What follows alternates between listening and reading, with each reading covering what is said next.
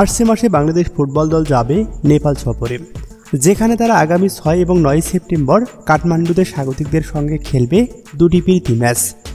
তবে এই সফরে দেখা যাবে না কানাডা প্রবাসী মিডফিল্ডার শামিত সোমকে।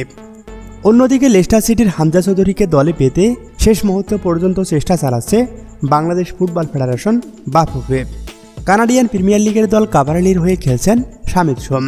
ফিফা উইন্ডার সময় 6 এবং 14 অক্টোবর ক্লাবটির গুরুত্বপূর্ণ ম্যাচ থাকায় বাফুফে তাকে দলে ডাকেনি, যদিও নিয়ম অনুযায়ী ক্লাবকে ছাড়তে হতো। বাংলাদেশ ইচ্ছাকৃতভাবে জটিলতায় না যাওয়ার পথ বেছে নিয়েছে।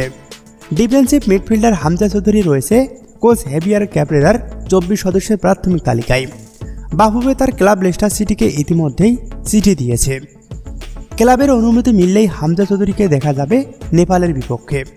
উল্লেখ্য, অক্টোবরে এশিয়ান কাপ বাছাইয়ে হংকংয়ের বিপক্ষে ম্যাচের শামিত সোম ও হামজা চৌধুরী বাংলাদেশের বড় ভরসা। সেপ্টেম্বরে নেপালের বিপক্ষে প্রীতি ম্যাচের দায়িত্ব দুজনকেই চেয়েছিল বাফুফে।